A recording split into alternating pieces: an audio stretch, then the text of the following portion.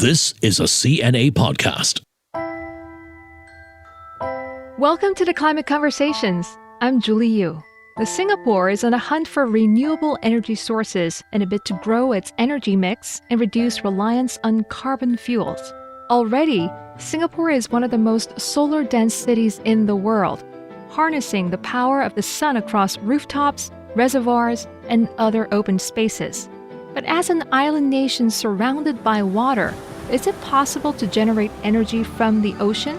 The one company figuring that out is Bluenergy Solutions, which generates clean tidal energy. Bluenergy has been granted a trial to convert the movement of tides off Singapore's shores into electricity.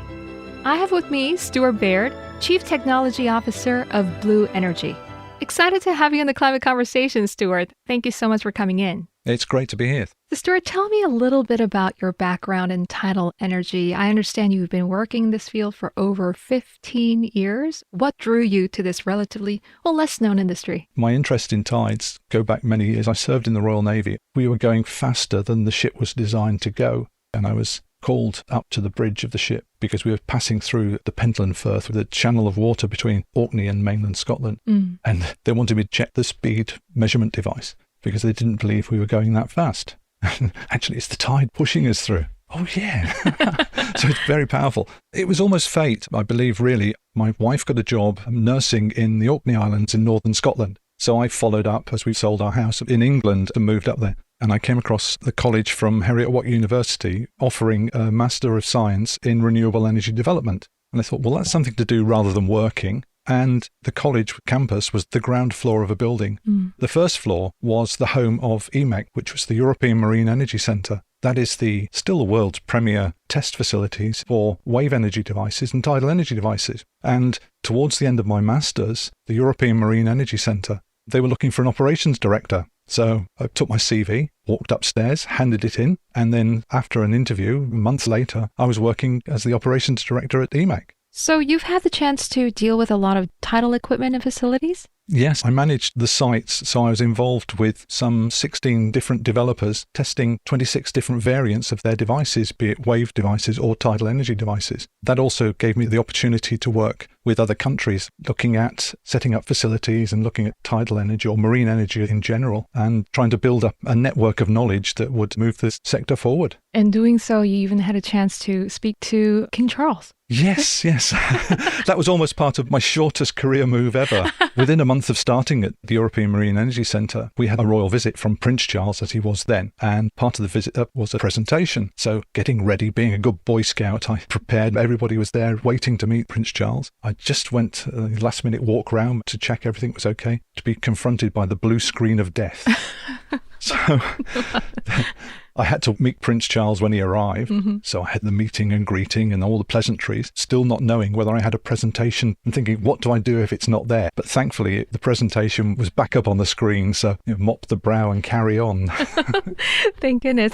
So given your expertise in tidal energy, I think you're the perfect person to help our listeners understand the basics. Could you explain how power is captured with waves? Yes, it's a wave, but it's a tidal wave. It comes about because of the gravitational effects, the pull from the moon. So the gravitational effect, if you imagine, on the oceans pulls a bulge of water, creating a wave that then moves around the Earth. And as such, the water goes up and down. So we're dependent on the moon. Now, we know the moon, it's there all the time. It follows the same route around us all the time. So it's predictable far more than wind and solar. It works in the dark. We're not just controlled by the effects of sunlight and storms and various different activity. And to gather that energy from the currents as the water's flowing, we use turbines. So it's very much like wind turbines underwater. But the big thing with working underwater is that water and electricity do not mix. So you have to be very careful in your engineering to make sure everything is sealed so water can't leak in and cause problems. The other thing is the density, the thickness of water is 800 times that of air. So the forces that we see on a tidal turbine, roughly on a wind turbine, will be somewhere in the region of 300 to 400 miles an hour. So we've got a lot more energy density, and engineering challenges, obviously, you've got to make it strong enough to do that. So how significant is tidal power in reducing our dependency on fossil fuels? It's not the golden egg. It's part of the energy mix. It works. It's regular, it's predictable. Mm-hmm. We are complementary to other renewable energy devices. The thing is, almost 50% of the world's population live within maybe 100 kilometers of the oceans. And there are plenty of places around the world where there are tidal currents that we can extract power from. There are some really, really good hot spots, and then there are some slightly less powerful spots, but there's still energy to be captured. So converting the movement of tides into electricity doesn't sound that simple. What are the most important factors to consider when planning to sort of explore tidal energy? It's looking at the resource, so making sure you understand the resource fully, making sure what sort of forces you're designing your turbines to operate in, making them effective so that they capture the best amount of energy they can from that particular resource that's there. And it's looking at various things. You've got to look at the socio-economic perspectives. You've got to look at who else uses the waters. You've got to be aware of fishermen. And there are various different rights to ownership of the seabed around the world. In the UK, for example, the seabed is owned by, in inverted commas, by the Crown and operated through the Crown Estate. Other areas, the fishermen own certain areas of the seabed. So you have to know all this and understand that. You've got to look at all the environmental aspects as well. See what sea life is there, what sea life uses that water space, and how do you ensure that you're not causing any problems or issues to their habitat. So quite a few factors. Conventionally, I understand that tidal turbines are usually deployed in areas with fast-flowing waters, like your native country, Scotland or Canada.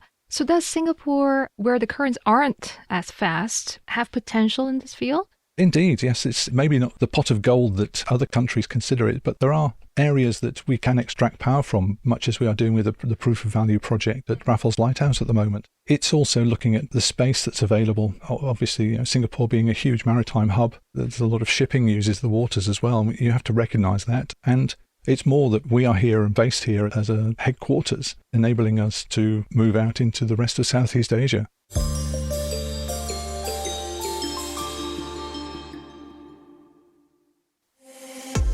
Hello, my name is Steve Lai. And I'm Teresa Tang. And we are the hosts of CNA Correspondent, a podcast that takes you to the heart of the work our correspondents do across the globe. From China's COVID response, to the child care center massacre in Thailand, from the fall of Najib Razak, to the rise of Anwar Ibrahim as Malaysia's prime minister. We speak to the people at the reporting front lines. So, if you want to know how the biggest global stories unfold, make sure you follow or subscribe to us wherever you get your podcasts.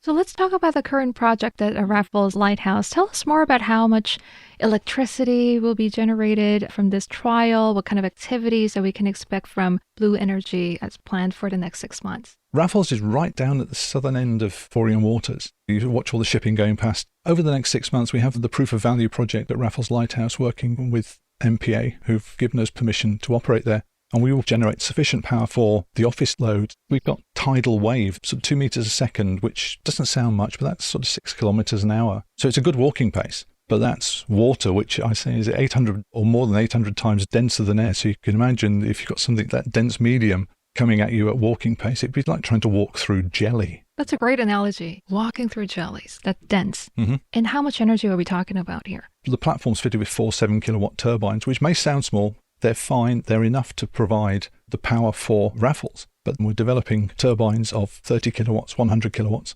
We can put up to 6, maybe even 10 onto a platform. So we can produce a significant amount of power. But these 4 turbines enable us to prove that we can generate power in both directions. So the flood tide as it's flowing one way, and then on the ebb tide when it comes back the other way. The 6 months will give us a good indication from there. We're also working with Sentosa Development Corporation through the Open Innovation Challenge. We were selected to run a proof of concept project where we're working to deploy turbines and generate electricity underneath the boardwalk in Sentosa. Initially, we'll put 3 in for a 6-month period, and then that could be up to 30 on the boardwalk, which will provide a significant amount of power into Sentosa. That sounds like a promising start, but some might argue that amount of electricity generated is pretty modest and just enough to power non-operational electrical needs. What does that mean? I wonder if it's scalable, that able to power bigger facilities in Singapore going forward. Indeed, what we're producing there is more than ample for the office supply, but we're de-risking the project by only keeping the office supplies, the non-essential supplies to the lighthouse. we can provide much more power than they need. And we're also looking at other uses for that power in the future. I mean, our platforms can generate the power. We can also then store the power in batteries and pass that power to where it's required. We can make hydrogen and then store that gas and then ship that to where it's needed. It can be used then to convert back into electricity or be used for heating or cooking even. So there's various uses for that. We can also make fresh water with our platform. So we can put it off an island, convert seawater into fresh water. So from the tidal energy, we can do a lot of things. Oh, wow. It's very interesting. And speaking of technology, tidal technology has only been available for about a few decades. Please correct me if I'm wrong. But other than the modest energy output, why hasn't tidal energy taken off as much as wind or solar, do you think? Realistically, it's because of the costs and the engineering challenge. That's the thing. You've got to look back to where solar and wind were many, many years ago, particularly offshore wind. And we're at the starting of the cost curve. And the more we do, the cheaper it will become. One of our targets is off-grid islands that have no connection to a mainland general electricity supply. So where they're running a diesel generator to provide their power, we can provide the power, and the figures we have are competitive with that diesel. The other thing is that we're reliable, we're close at hand. You don't depend on the ship with the weather and the risks associated with that to get your supply of diesel there. So we're there providing the power all the time. So what are other bumps or challenges that tidal power industry is currently facing that could potentially stop us from making the most of tidal energy? One of the real areas is the unknowns around the environmental perspectives. There's been lots and lots of research, but it's one of those areas where you just have to keep looking and keep searching. When you put things into the sea, marine life is very inquisitive, so it will come around. It draws them. Oh. It does, yes. It becomes a habitat. But even fish are fairly intelligent. They don't want to wear themselves out. So when the tide is flowing and the currents are higher, they go to where it's easier to swim. So they move away. But we have to keep monitoring that and keep looking at that, the interactions of whales and dolphins with these devices. And to date, with all the research that's been carried out, there's been no recorded incidents of collision. It's much like if you imagine planes, there's research been done that shows that a bird hitting the wing is more likely than it is hitting the propeller. Oh, is that right? Specifically here in Singapore, you did mention earlier that the waters are very busy with port activities and heavily used shipping lanes. Would that affect the predictability of these waves? No.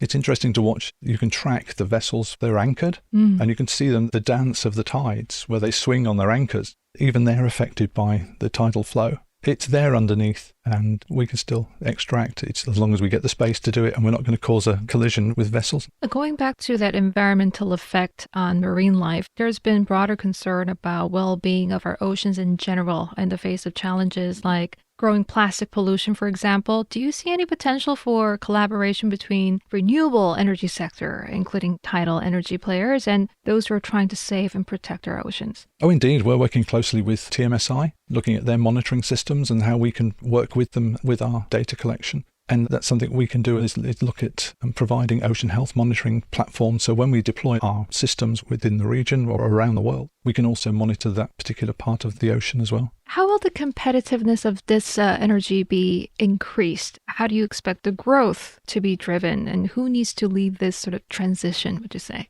I'm an evangelist for tidal energy. So yes, we are at the very early stages of commercialization. There is an appetite, but we need more of an urgent need to reconsider our energy requirements moving forward. And you said that this is really the first in this region. If this goes well, does that mean it's going to expand in Southeast Asia? Indeed. I mean, that just proves that we can generate power from fixed structures in moving water. And there are bridges over rivers throughout the region that we can do exactly the same thing. We're looking at some project partners in Japan, and then we'll be looking at the Philippines and Indonesia. Japan has 200 islands that are inhabited. The Philippines has got over 2,000 islands with people living on, mainly diesel generation power, and Indonesia with 6,000 islands. So we see a huge market potential within the area for growth to provide clean, green, predictable energy. We'd like to make Singapore a centre of excellence for tidal energy or for marine energy as a whole, and expand from there. Yeah, best of luck. Thank you very much for sharing your insight on the potential of tidal energy. Thank you very much. It's exciting to see companies like Bluenergy taking the lead in developing innovative solutions as we continue to explore new avenues for clean energy.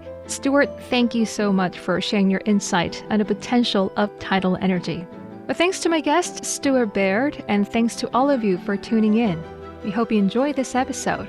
But do remember to subscribe and like this podcast so you know when a new episode drops. You can find CNA's climate and sustainability coverage online at cna.asia. The team behind this podcast is Joanne Chen, Cyan Win, Jacqueline Chan, and Crispina Robert. And I'm Julie Yu, signing off.